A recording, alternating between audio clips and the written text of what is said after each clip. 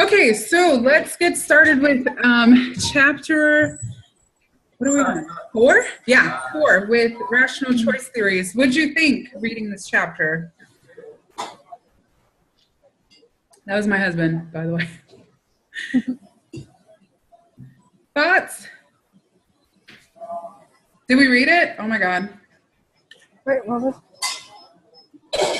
How do we feel about chapter 4, rational choice theories?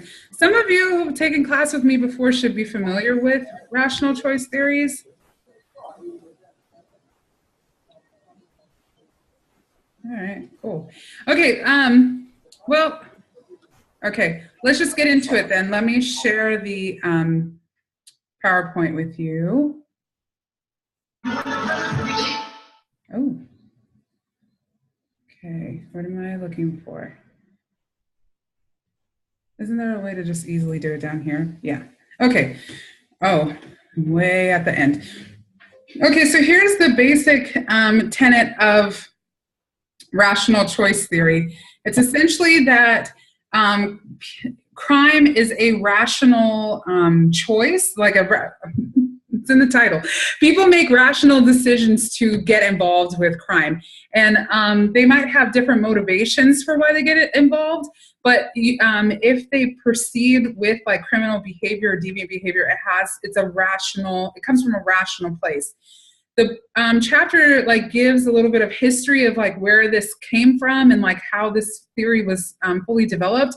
I'm not going to get too deep into that because we're limited on time, but just basically know that like, you know, in the 1200s or in the Middle Ages, people felt like people who did bad things or like killed or murdered or stole or whatever, you know, crimes, people who did those things were like evil, and that they had like, you know, some kind of demonic spirit in them that was making them commit the crimes, and that like it was just something you were like possessed. And then we started to see like during the Renaissance, which you probably talked about that when you were in high school, right? Like the Enlightenment period and the Renaissance and all of that, this idea that like, okay, we have, you know, people are not everything is tied to theology, and people are not just inherently evil, but we make decisions every day. And this idea of a social contract is that like, okay, I'm not going to hurt you, you don't hurt me, like we all have to get along in society.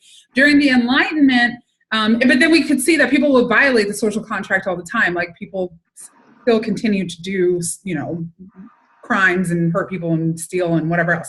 And then during the Enlightenment, Bentham is an important person to know because he's the like designer and author of the Panopticon, which we'll talk about a little bit later. But he was saying that like people are, they use their cognitive processes, their mind, and they go through a whole process of weighing the cons and the benefits of committing a crime. And then if they feel like the benefits outweigh the crime, then they will continue to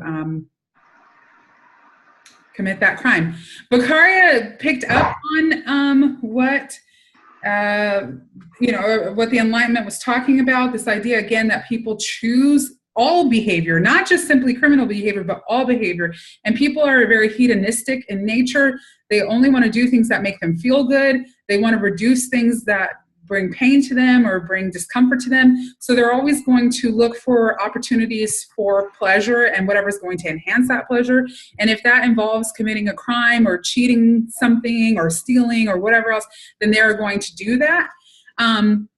He was saying the way to deal with it, because, you know, during the Middle Ages, if you were possessed, like if you killed somebody and they said you were possessed, I mean, the solution would be to like, you know, kill you. Or if you had a problem with stealing, it would be like, okay, we need to isolate you from society, like, or, you know, lay hands on you, or just, you know, like spread oil everywhere. I don't know. But you get my point. Whereas this, Beccaria was saying, no, we need to come up with like a true system of punishment that will make crime seem unattractive.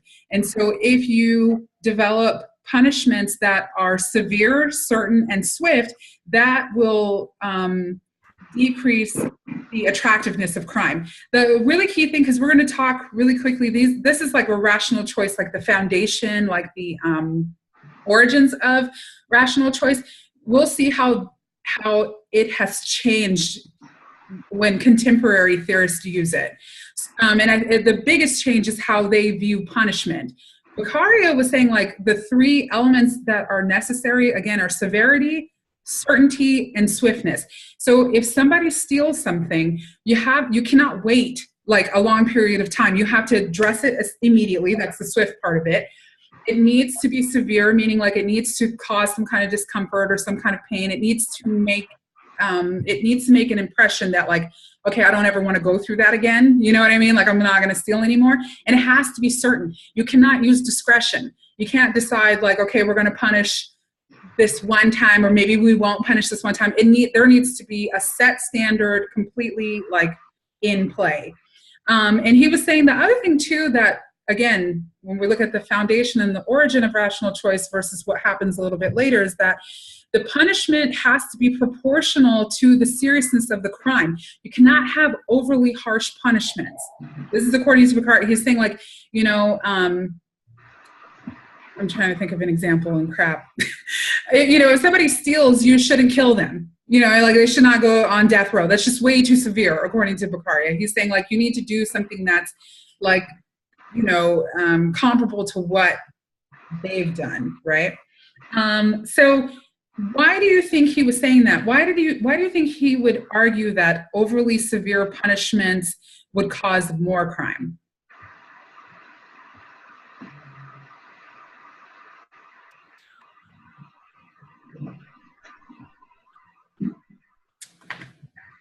Any ideas? Anybody have kids that you have to punish? I think maybe like if you commit a crime, it's like you might as well do the worst crime because you're gonna get punished for it anyways. Okay, yeah, it might make a sense of like, okay, well, I know if you know stealing gum is going to get me killed, I might as well kill a man because I'm going to die either way. So what's gum in a man's life? Same difference. What else might be some drawbacks to severely punishing things? Or disproportionate? Why would Beccaria say that the punishment needs to be like fit the crime? You cannot have severe punishments that are disproportionate to the crime that is committed. Crystal.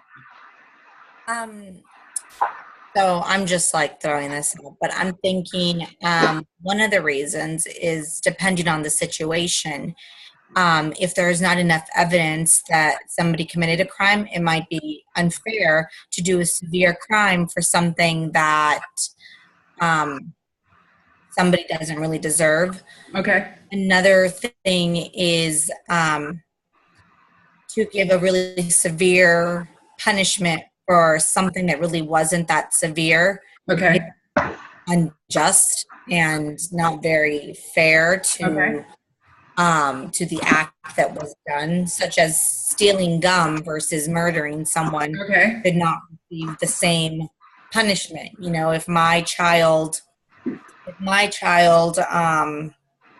let's say, doesn't complete their homework on time, I don't look at that as serious as if they were to go into a store and try to steal something from the store, and then I catch them doing that. Right.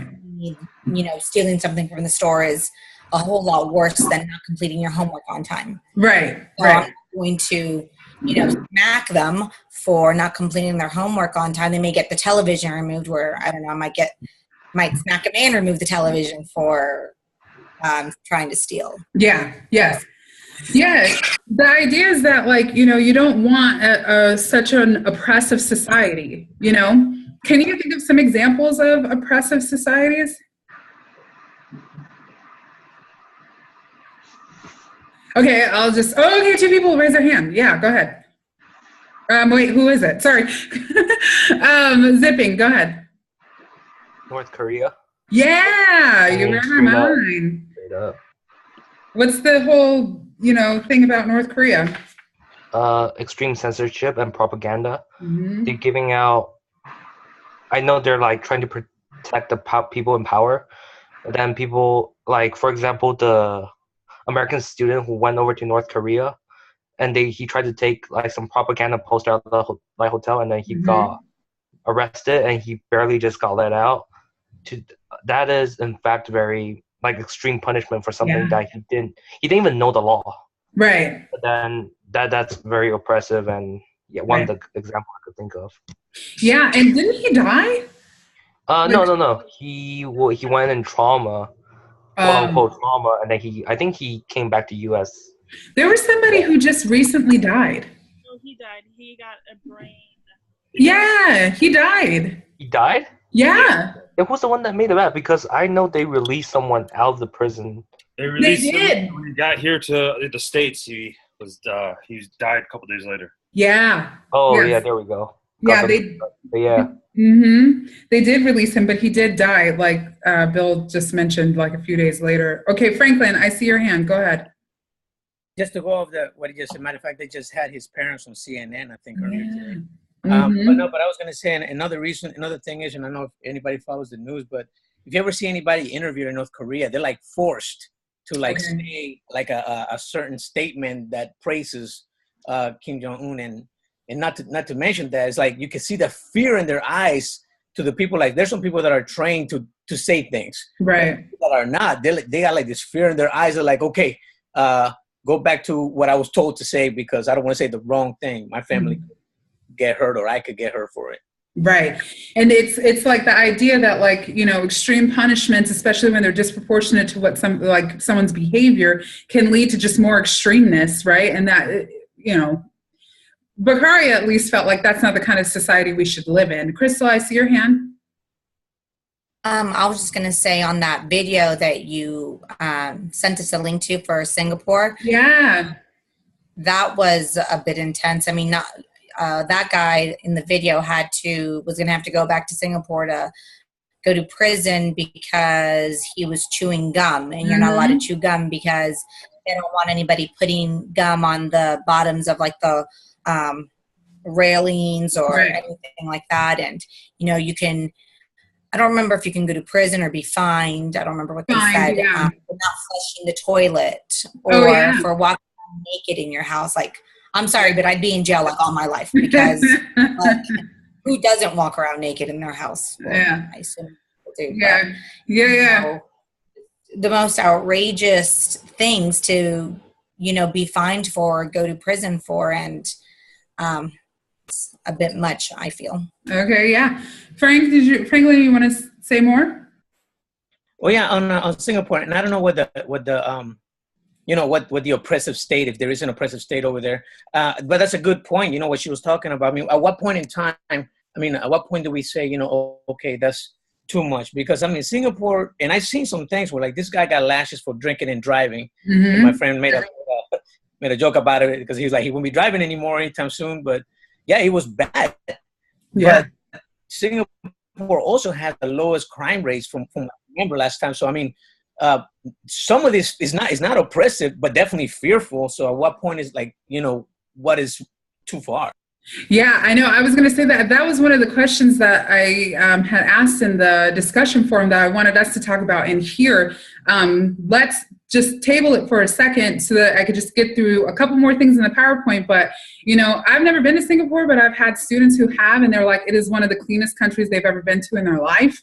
And, like, you know, again, crime rates are really low and things of that nature, but, you know, they do have very, very harsh laws. I remember I was pretty young when this happened, so some of you probably weren't alive, but there was a boy who went over, he was an American boy, and he had drawn graffiti, I think, on like some public something, and he got caned, and it was such an international event. People were like, no, caning is so horrible, and they were like, that's what we do here, so battle up. I think he peed in public. I don't mean to interrupt you. Oh yeah, go ahead. I think that he peed in public. Oh, he peed in public? Yeah, I think that's what it was. It was years ago. I know it was a long time ago. It was a long time ago. What I remember from that is that the Today Show, they just kept showing the man like preparing for the caning, like he had the cane and one of those like gymnastic horses, and he kept hitting it, like, you know, preparing himself to. It's not funny, but it's funny. All right, let me continue with the PowerPoint so we can move forward. So yeah, definitely he's saying we shouldn't have a society where like people are. What do you call it? It's excessive punishment. It's just not a good deal. Okay. All right. So yeah, the other huge part of this, so we're talking about rationality, the idea that people weigh out the benefits and the drawbacks of committing crime. The other huge thing, or the other huge element that is necessary for this theory to be successful is the idea that people have free will. So yes, you have rational thought, but the other huge component, that's the word I'm looking for. The other component is that people have free will. And so you don't have to do these things. You decide to do these things. That's the other crux of this theory. So I think you can kind of see where we're going with this contemporarily. The idea that people not only decide to commit crimes, but they have the decision, they make the decision to commit the crimes that they do. Can you think of a scenario when a person does not have free will to decide whether or not to commit a crime?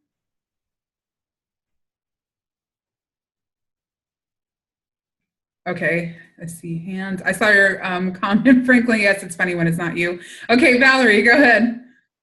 I would say extortion, or I don't know, yeah. Mm-hmm. Good. Zipping? Schizophrenia. Yeah, definitely. If you, I think that there's some, what do you call it? Caveat, I guess, for people with mental illness, that I think rational choice theory might be more sensitive to that. But okay, Paulette, you said gang initiation. Oh, Caitlin, I see your hand. I would say more like people who, their kids and are forced to commit a crime. Okay.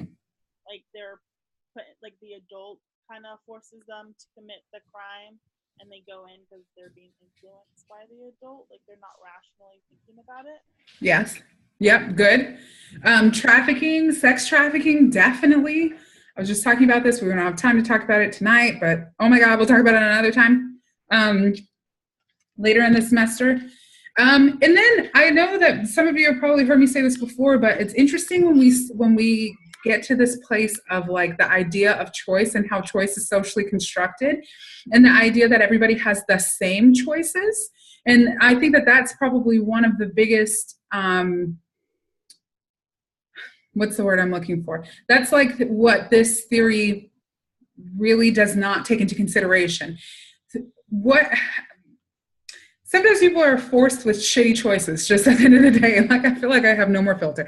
People are stuck between a rock and a hard place with a lot of their decisions that they have to make. And so it's kind of would you a punch in the face or a punch in the gut, and neither choice sounds good, but you have to make some kind of choice. So the idea that everybody has an alternative is really missing from this theory. Do you get my point? Sometimes when we get into crimes, and I'm pretty sure a lot of you, when I was reading your discussions, you're familiar with gangs, you're familiar with drugs, you're familiar with drug dealing. Sometimes people are in a spot where it's okay, I have to feed a family, I have to provide for myself.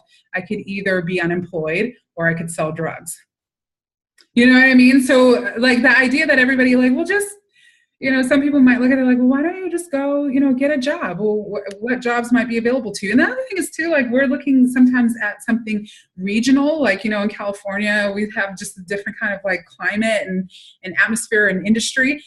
If you're living in Nebraska or Oklahoma or what are some other middle state country? You know what I mean? In DeKalb, Texas, where my grandmother lives, there's only a Dairy Queen. That's it. So, you're either going to work at the Dairy Queen or you're a retired person like my grandmother. So what are your options then, right? That's my uncle started bootlegging liquor. It's so horrible. Another story for another time. But yeah, it's interesting that the idea that people, it's a dry county, just in case too, you're what are you talking about? It's a dry county. You cannot have alcohol in DeKalb. So he started selling alcohol. Anyway, what are people's choices? The idea that everybody has free will. Yes, you do have free will to some extent, but isn't that free will confined by, social structure? Yes. Yes, it is. Okay, moving forward. Unless there's questions. Does anybody have questions? All right. Okay, so yeah, back to what rational choice is saying about free will. Crime, definitely people are going to get involved in it if it has a huge payoff. And again, people, want to choose the benefits. The idea to combat this, make sure that crime does not pay. This started to lose in popularity by the mid 20th century. People started looking at other issues that cause criminality, things like, social issues, poverty, education, family life, just the economy, like just a bunch of things. So this idea that like people are just these like hedonistic, rational, greedy, like, beings walking around trying to figure out how they can, make the best deal for themselves. That just started to be, it seems like kind of archaic.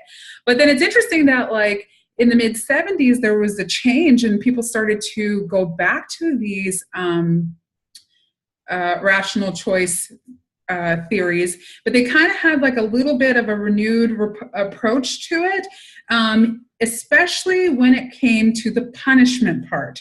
Right. So yeah, when there was like this increase in reported crime, and what else? Oh, bonus points. What else was happening in the 70s? What was like the increase when they say reported crime? What was being reported? What is this like? What is this in parallel with? If you were in Social 105? Oh my God, who was it? Was anybody in Social 105 with me? A couple of people were. Drugs. Yes, the war on drugs. Do we see where this is going? Yeah. Okay. Yeah. Yep. The war on drugs, and this idea that like this war on drugs, there was an increase in reported crime because there was an increase in the focus on the war on drugs. And now we're starting, can you see how this aligned with people wanting to come up with punishment for these? And do you see how prison, do you see that coming together a little bit? I feel like I'm not explaining it properly, but you see where the train is going? Like, okay, all right. Some of you are saying yes. All right, maybe I can explain this a little bit better in a sec. But okay, so people are like, okay, we have a crime increase. We have a crime wave going on. Drugs, what are we going to do? Lock people up, right? And here was the interesting thing. I want to get to the argument of things. We definitely saw this starting to ramp up even more in the 80s, and the punishment aspect of things started to change, and then it was like you want to have the severity and the certainty really increased. We want to have much more severe punishments. We want to have much more certainty to it, and that's why laws like mandatory minimum sentencing came into play. That's also how we got the 100-to-1 crack disparity laws, because of these folks who were espousing to rational choice theory, right? And so I'm trying to get to the part in the PowerPoint where it talks about that. I think, oh Lord, it's a little bit later, but you get my point, right? Like this idea that, okay, the media talks so much about how we had a war on drugs, that there was this crime wave happening, that there was an increase in crime. Then you start to see lawmakers using, again, this rational choice theory. It's these people are choosing to get involved in the drug crime, and we need to figure out ways to decrease it. So let's come up with really, really strict, really, really severe punishments. Nothing is more severe than, life sentences for drug possession. And then again, like I said, or the 3 strikes rule. Thank you, Jose. Very good. Hi, Charles. Okay. Stop and frisk. Again, mandatory minimum sentencing. This is that severity part. This is also the certainty part of it, right? Especially the mandatory minimum sentencing. It's certain you're gonna get this punishment, right? No matter what. So we can see that these things became more popular, and there wasn't a lot of talk about like why people were involved with drugs or why drug dealing happened, because also in the 80s, right, recession, all of these things are happening. They didn't care about that. It was like, you have free will. You shouldn't be selling drugs, lock you up. You get I feel like I'm not doing this justice. I don't know. Hopefully I am. All right. Okay, so 2 other things that I wanted to talk about, and the book talks about when it comes to people deciding to become involved in crimes. There are 2 different kind of like paths. One is an like offense-specific crime path, and then the other one is the offender-specific crime path. So the offense-specific crime path is talking about like there are certain criminal like acts or certain crimes that people can get involved in, that it doesn't have, like the person doesn't need specialized necessarily knowledge of how to do it, but that like the crime itself is accessible. So for example, I'll read the definition. It's saying offenders will react selectively to the characteristics of an individual criminal act. And one of the things it talked about was like shoplifting, right? So if you were going to shoplift, what kind of characteristics of the criminal act would you consider? I'll just really quickly share some stuff, right? Who is in the store, what store you're at, does the clothing have tags on it? Does it have, the little electronic monitoring system? And so the idea is that like, there are certain crimes people are going to commit because the characteristics of the crime are like either easy or attractive, or does that make sense? Simple to get away with. Can anybody else think of some offense-specific crime? Okay, a trap car. Often, I think, Charles, you asked what kind. Often specific. Cheating. Let's just keep it real, like, right? With academic cheating. If you're going to cheat, what do you look for?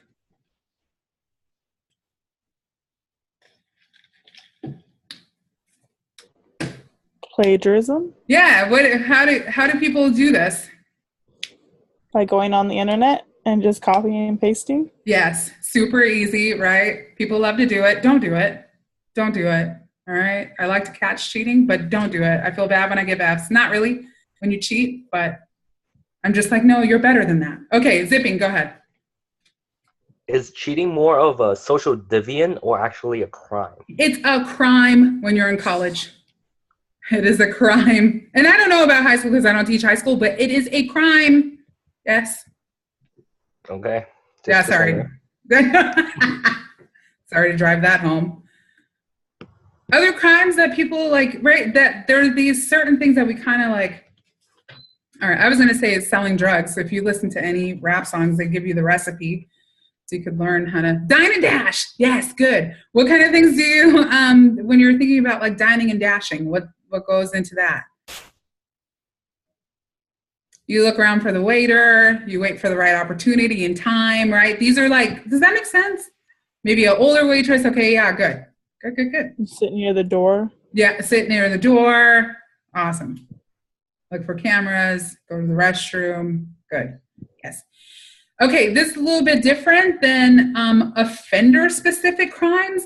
These are crimes that the individual has to have some kind of specialized skill or knowledge, or it says the prerequisites to commit a successful criminal act. But yeah, the idea that like it's like you need to know. So can you give me an example of some maybe like offender-specific crimes?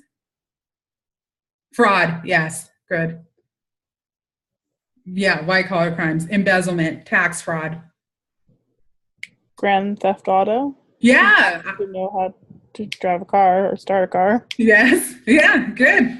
Or even how to jimmy it, right? I mean, unless it's got the keys right in the ignition, I definitely wouldn't know how to steal a car, but, Yeah, so there are certain things. And then even arguably drug dealing. You might be able to cook up a batch of crack, but nobody might like it. And number two, you might not know where to sell it at, right? So even then, I know I would like make light of it. It's a legit deal.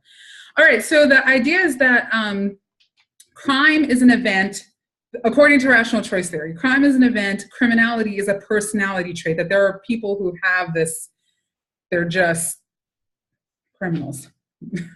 Okay, let me get to what else might be important in here that I wanted to talk about. Oh, then it goes through, the rest of the chapter goes through like, are these actions that are these crimes, are they actually rational? I mean, rational choice theory is going to find the rationality in everything, but is theft rational? Is drug use rational? Is violence rational? What was the other thing that they asked about? I think those were that was it. But like so then the book goes on to explain like, yes, theft is rational because again, you're acting out, like weighing out the benefits and the cons. Drug use is also rational, right? This one's kind of controversial. I want to know what you feel about that. Do you think drug use is rational?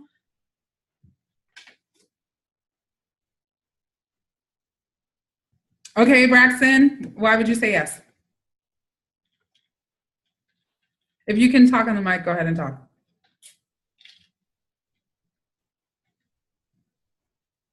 Okay, understand. Oh, okay, okay. Don't get fired. I think I would say yes at the beginning. You know, Okay. like you made the choice at the beginning, but then when it becomes like, I don't know, like you become addicted, and I feel that's when you're pretty much screwed. Yeah. Yep, definitely. Okay, Lucas, you said maybe recreational use, maybe, but not always. Rational, like how might, like, do people weigh the benefits and cons of getting high? And then if getting high outweighs the benefits, then they'll do it. I think it's, well, for like kids, like if you kind of grow up in a minority area, Okay. it's the kind of life like that you see, and maybe they see a fast way to get money. Okay. And they're trying to help their family out. Okay. So it's kind of like a rational thing you're doing, but then again, it's not rational because they're doing it to help out their mom who has to work 3 jobs. Okay. Definitely. Here's the other thing that, like, I'm not a fan of rational choice theory. Why do I always share my personal opinions? Anyway, I'm not a fan of rational choice theory, but I think one of the, like, if I were to give it some kind of like credence, what's really interesting is that, like, even when we look at like neighborhoods where there is like drug dealing or whatever else, most people are not involved in that. Most people do not get involved with crime. Period. Like across the board, regardless of where you live, like most people do not. What usually keeps you from, why aren't you killing people? why haven't you, like when you get mad at somebody, why don't you kill them? Or why don't you steal? Why don't you, I'm pretty sure plenty of people in this class have had a need. Why do you not just take matters into your own hands? It's not worth it.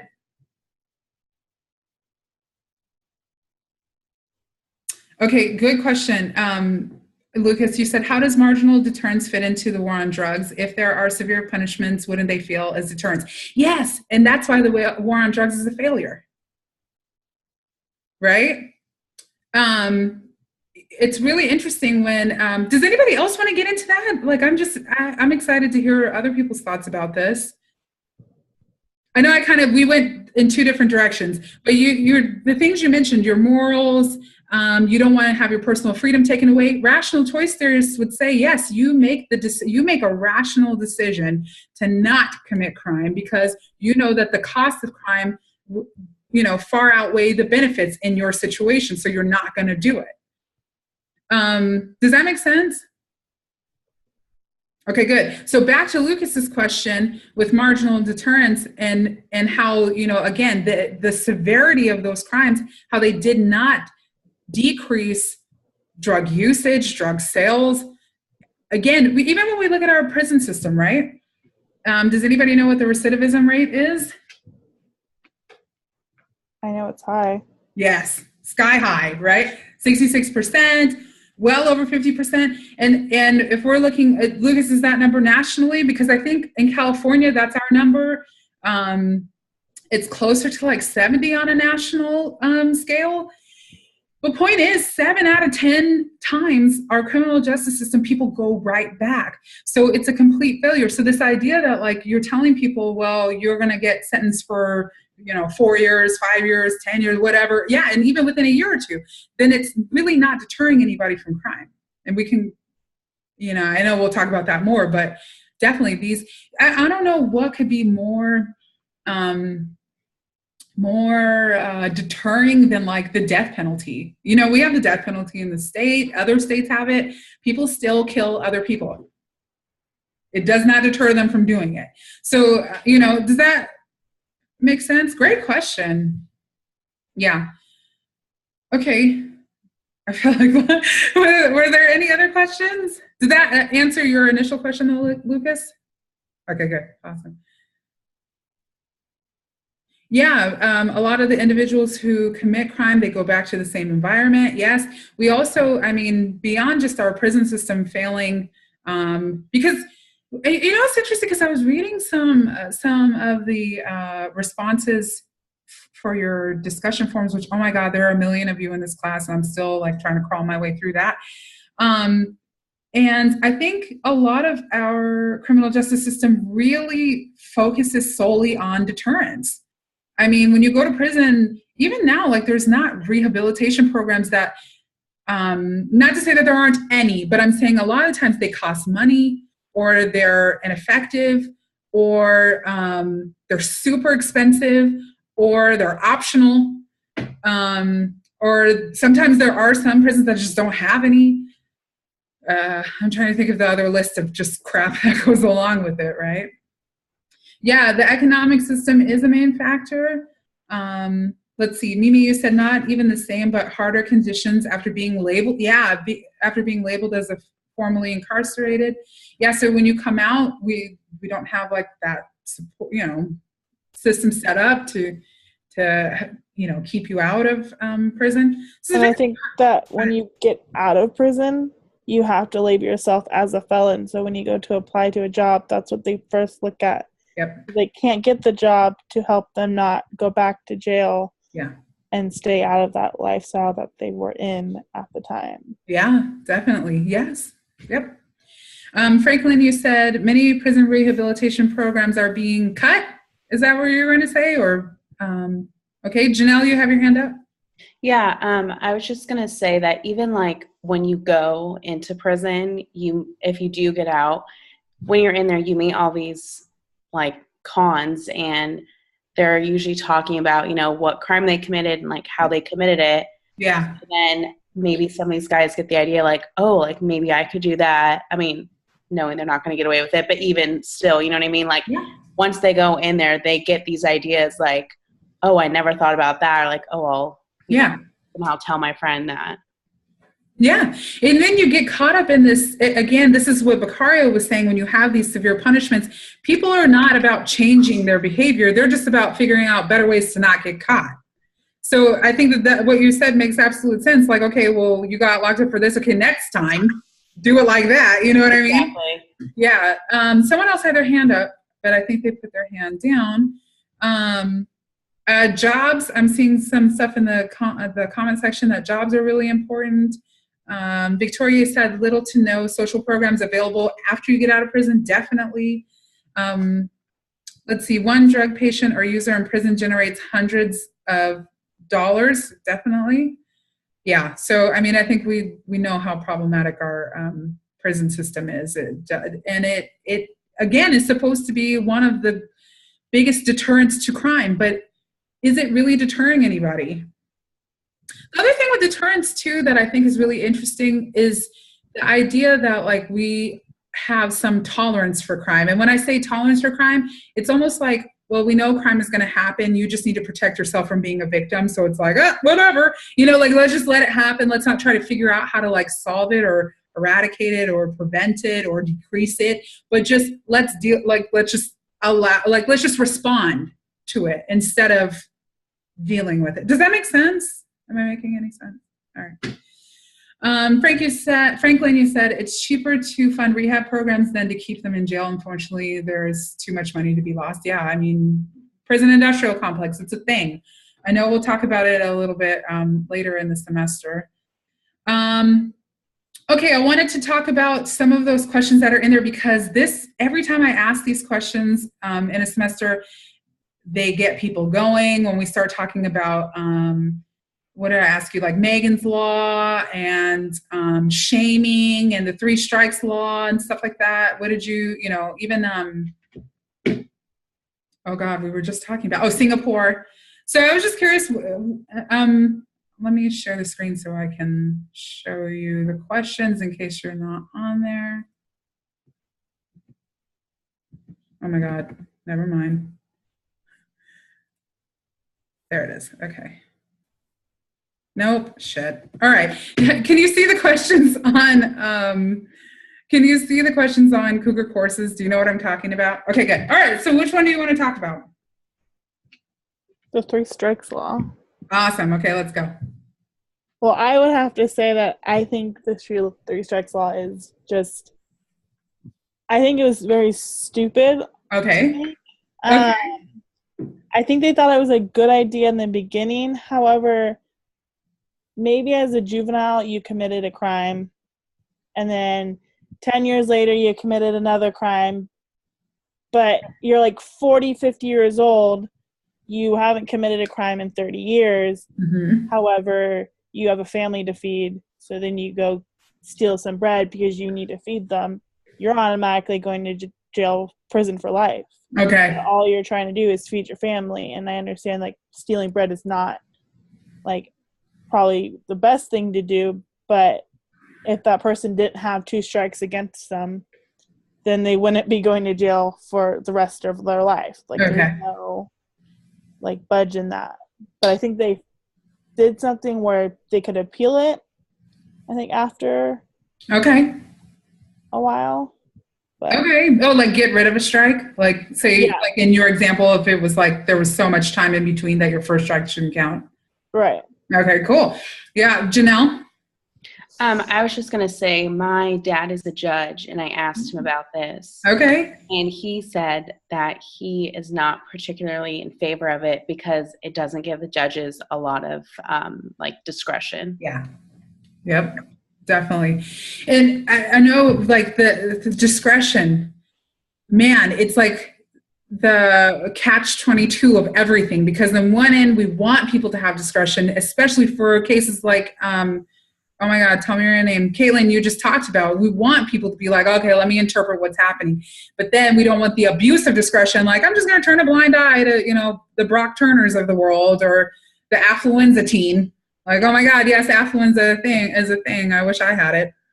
No, I don't, because I don't want to kill people. But you get my point, right? Lydia, you're saying that it caused overpopulation of prisons? Yeah, definitely. I'm trying to remember what I specifically asked you in that question. Other thoughts about 3 strikes laws? Hold on. Yes, if it was effective. Oh, yeah. Is it effective? Okay. Thank you for answering. Anyone think it is? Just curious. I know we like, you know, kind of dashed it a little bit, but I mean, a devil's advocate perspective would be like, well, where do you draw the line? Are we just going to let people continuously, like, you have to have some kind of consequence? I mean, don't you have? They should be punished, but not punished for life. Okay. Like, all there right. should be some punishment for what you did, but the 3 strikes was you're being punished for life. You're 25 to life. So there should, like, they're not getting away with it. Okay. Like, oh, go ahead. Someone's talking. Sorry. Oh yeah, it's because I was saying that not all those crimes were like felonies. Okay. Some of them were misdemeanors, and that wasn't like a reason to cause them forgot to a sentence, you know, a long sentence to be there. Yeah. It wasn't a felony, you know. Yeah. Well, and I see, Jose, you said, yeah, in California, the 3rd strike can be petty theft. I think that we just recently had a change to our 3rd strike law that, like, they all have to be felonies. No longer is it misdemeanors that count as a strike, because people were saying that, you know, it was pretty awful. It was like some kind of like a compromise. And then, Lucas, I think you asked such a great question. Are there 3 strikes for white-collar crimes? I mean, like, off the top of my head, and I wish I knew better, like, I don't think white-collar crimes are Index 1 felony crimes. Except for, like, tax evasion, though, is a felony crime. But I don't think the other ones, like, you know. The other thing is, too, a lot of white-collar crimes just go unpunished. I mean, there's that. And white-collar criminals usually have some kind of support system once they come out. Some of them even get jobs, like helping other people figure, you know what I mean? Figure out how to like the Wolf of Wall Street guy. I know people really love that film, but you know, because he was doing like the most, but he was in jail for like stock crimes, right? And like just scheming. But then he got a job, like, oh, here's how you, as a company, can protect yourself from people like me. And it's like, wow, that's nice. And he also does like motivational speaking. I mean, most people don't pay like ex-drug offenders to come and motivate them, you know, even though drug dealing is a business. It's a real business. So interesting. Okay. What were the other, oh my God, it's 7:48. What were the other questions that were in this section. Sorry, I'm trying to pull it up on my phone. The shaming one? Yes. Oh my God. Let's get into it. I put into the discussion board that I disagreed. Okay. I feel like, I don't know, like, I think the public humiliation is like way too much, especially like for a child. Okay. You know, as someone who has experienced public shaming, you know, it's definitely not great. Okay. Yes. Yes. Do you see how these like go in line with rational choice though? Like rational choice would again say like 3 strikes is a great thing. Public shaming is a great thing because, you know, it's severe. It can be severe. Okay, Crystal, I see your hand. I was just gonna say I have like mixed emotions with the whole shaming thing. Okay. Because part of me sees how it's like embarrassing for the person that's having the shaming done to them. And, you know, I'm not somebody that likes to reprimand my kids in front of their friends, for example. I always do that stuff in private. I don't want to embarrass them. But at the same time, depending on what it is, I kind of think that it could also be effective. Okay. Such as the Baltimore video that you showed. Okay. I actually really praise that mom for doing what she did. Okay. And in that particular situation, because I watched a bunch of videos on YouTube after that, it seems like that boy really shaped himself up afterwards and doing really good for himself. And the mother doesn't take that back at all. And she's really happy. And she got a lot of kudos for that. Yes. And I think that she taught her son and, you know, a lot of other people a very valuable lesson that I don't care who you think you are or, you know, how old you are, you know, you will not go against the things that I believe in. You're not going to be acting a fool out on the street. Okay. And I think that boy was very embarrassed and, and, you know, didn't do that mistake again. So in that situation, I think that it was effective and because, yeah, he got embarrassed, but he obviously went a different route and is learned from it. Okay. Yeah. Okay. Yeah. Caitlin. I would have to agree. I mean, you would see sometimes on Facebook, you would see some of those, I guess you can call them shaming videos of the parents who like would take the cell phone and say what they did wrong. Yeah. You find them, you don't think of it as, I guess sometimes I would find them funny because how the parents would act and, you know, they would dress up like the kid and act like the kid. And I guess you kind of look at it like, oh, I've done that before. And, you know, my parents haven't done that. And you kind of like, I guess I have to agree, like they are showing kids out there, like your parents actually could do this to you. Okay. And they're not. And they're not going on social media. And I think showing other kids out there, like you kind of have it better. Okay. Your parents aren't embarrassing you. Okay. But then again, it's like a lesson that you're learning at the same time. Like, man, I act the same way, and my parents aren't smashing my phones or laptops on the internet. Okay.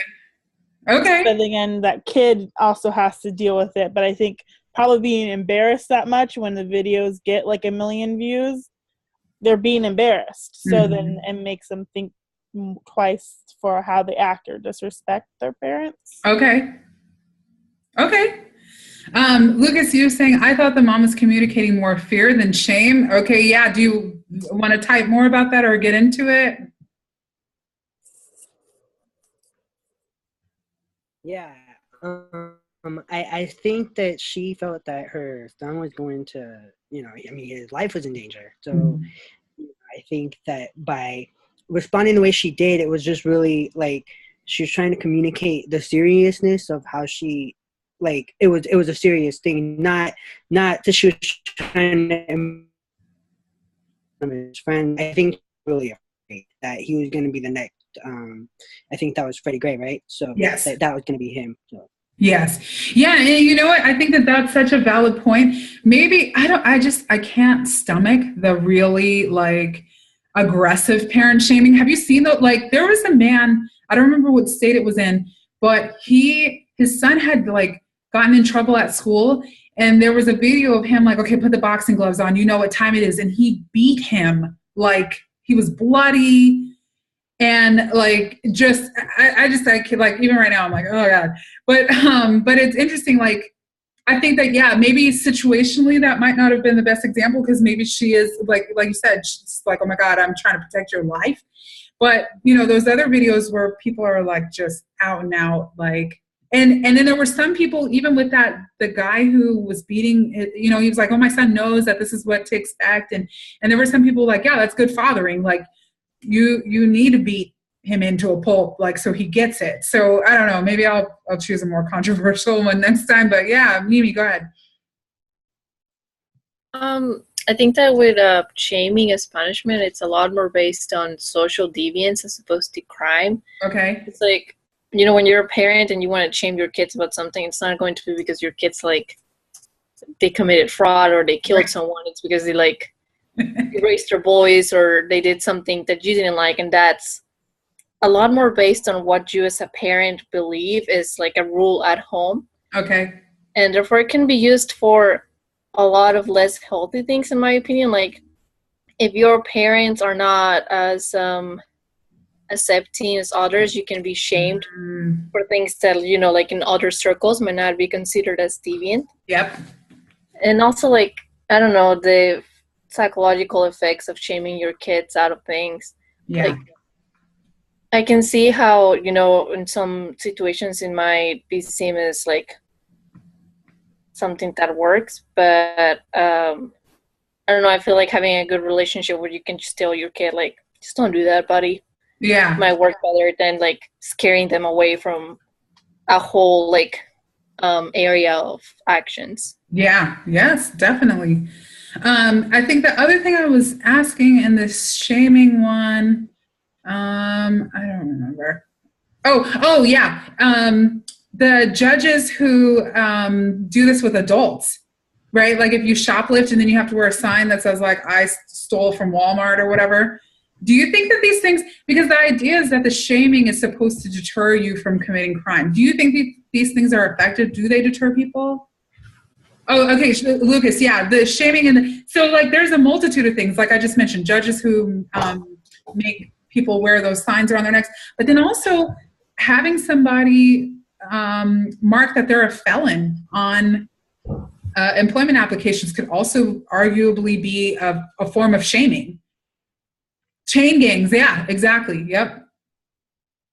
Having to, you know, oh my God, what's his face from Arizona, the Sheriff Arpaio, and Sheriff Joe, yes. Oh, God. And how he would make the inmates wear pink, like the male inmates wear pink as a like form of shaming, which is interesting because like, you know, oh, Bill, do you like Sheriff Joe? He would also like put you in the I do. Even with all of the, you know, like racial profiling part of it. Well, look, so when I was transporting prisoners, I had to go to his jails quite a few times. Okay. In cities, and you would see how miserable the prisoners were. Yeah. Which, hey, that's the way it should be, in my opinion. Yeah. So, and also, it cut down on them stealing underwear. I mean, it really did. It was great. So, and clothes, and I'm sorry, that's another type of shaming too when it comes down to it. But it is what it is. Okay. Yeah. I mean, yeah. Okay, Crystal. You mentioned about the like a judge making somebody wear a sign that states that they stole something. Yeah. To me, I mean, I look at that as better, for example, than going to prison, you know, making someone do that for a few hours. That to me, yeah, it's shaming and it's embarrassing for that individual. But like if I ever stole something and a judge made me stand with the sign and it was like in my community that I live in, I would be so embarrassed.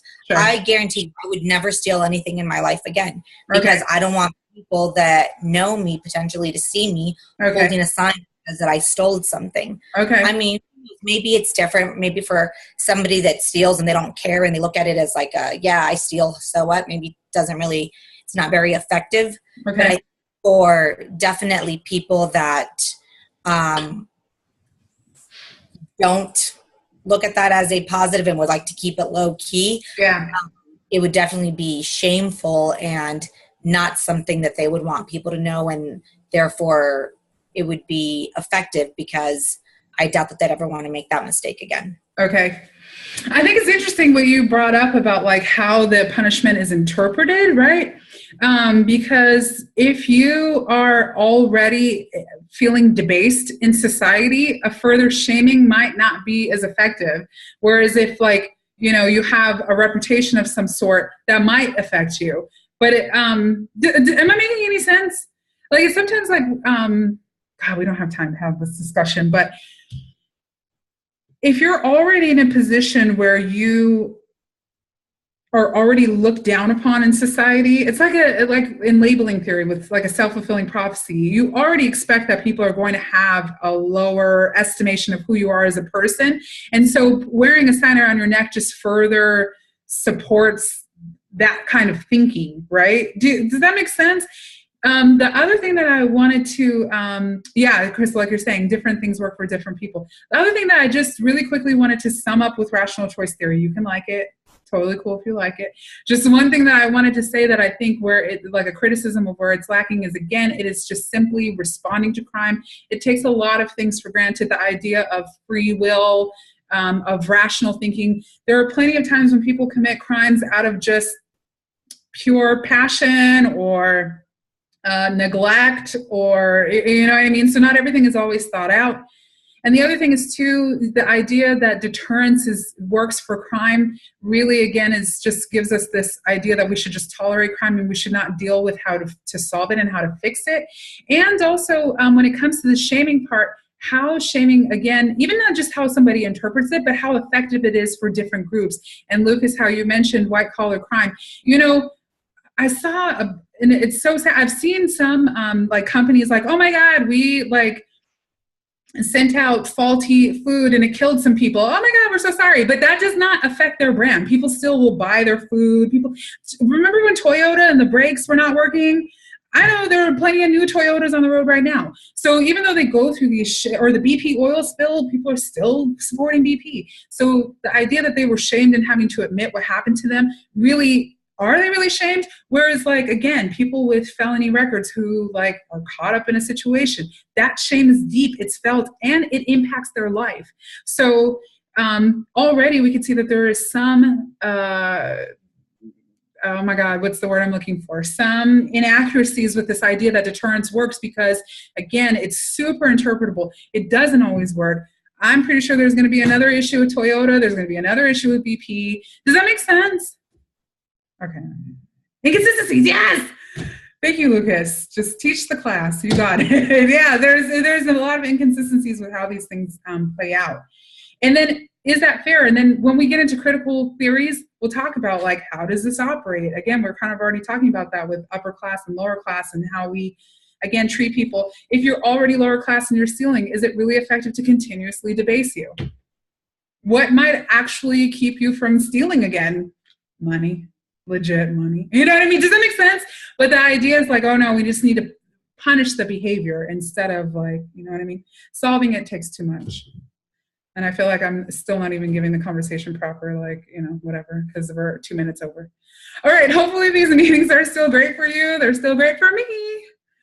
I'm glad that you joined in. If you watched, hopefully you read my email about you watching and then responding to the questions in Zoom. So if you're watching this recorded, get in there, say you watched it, talk about it, what we talked about in here, be great. Okay, I'm gonna go turn the fan on because it's hot. I hope you all have a great rest of the week, unless there's any questions or anything. Okie doke. Okay, thank you all for showing up. And I see the thank yous coming in, but I'm gonna end the meeting. All right, see you next week. Good night.